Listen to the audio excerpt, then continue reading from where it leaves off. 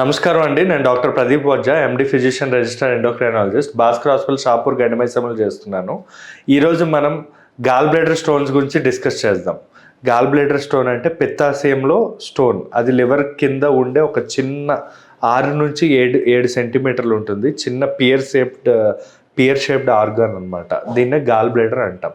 మామూలుగా kidney stones అనేవి చాలా కామన్ అండ్ అది మనకి వస్తే మనకి ఏమైనా లక్షణాలు అనేవి కనబడతాయి. కానీ గాల్ బ్లాడర్ స్టోన్స్ కూడా కిడ్నీ స్టోన్స్ ఎంత కామన్ ఇది కూడా అంతే కామన్. కాకపోతే దీనికి లక్షణాలు అలాంటివి ఏమీ ఉండవు. ఇవి లాస్ట్ స్టేజ్లో బయటపడడం కానీ లేదా యాక్సిడెంట్గా ఏదైనా స్కాన్స్ చేసినప్పుడు బయటపడడం కానీ ఇలా జరుగుతూ ఉంటుంది అనమాట. దానివల్ల కొంచెం సీరియస్గా జాండీస్ రావడం ఇలాంటివన్నీ జరుగుతూ ఉంటుంది. ఎందుకు ఇది డేంజరస్ అంటే ఇది లివర్ కింద అంటే మనకి ఇది కుడివైపు లివర్ కింద ఉండే భాగం అనమాట. ఇది చిన్న ఆర్గాన్ ఇది, ఈ పిత్తాశయం అనేది.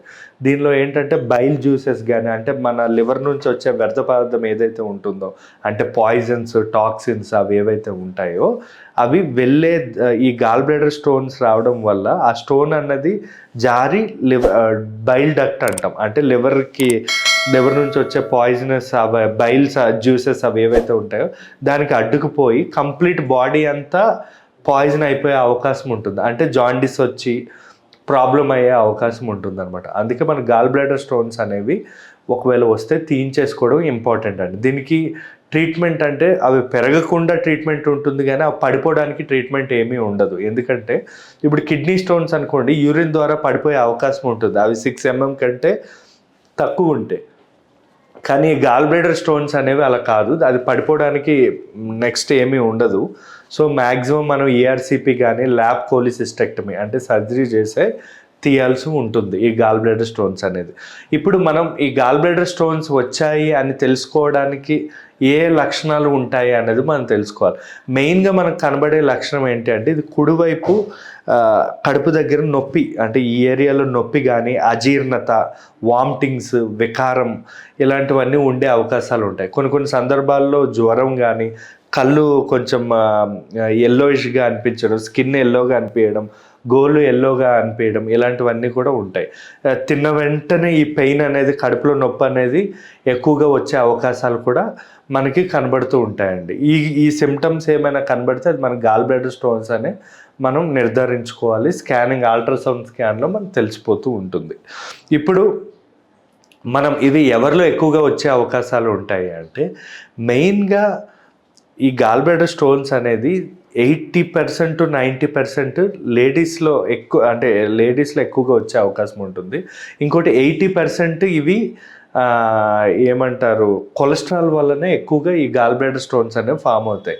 ఒక 20% కాల్షియం ఎక్కువ అవడం వల్ల, అంటే మన బాడీలో న్యాచురల్గా ఉండే ఖనిజాల్లో కాల్షియం ఎక్కువ అవడం వల్ల కిడ్నీ స్టోన్స్ ఎక్కువ అవుతాయి. కానీ గాల్ బ్లాడర్ కొలెస్ట్రాల్ వల్ల ఎక్కువ అవుతుంది. అందుకే వీళ్ళకి వెయిట్ లాస్ అవ్వాలి అని ఖచ్చితంగా చెప్తాం.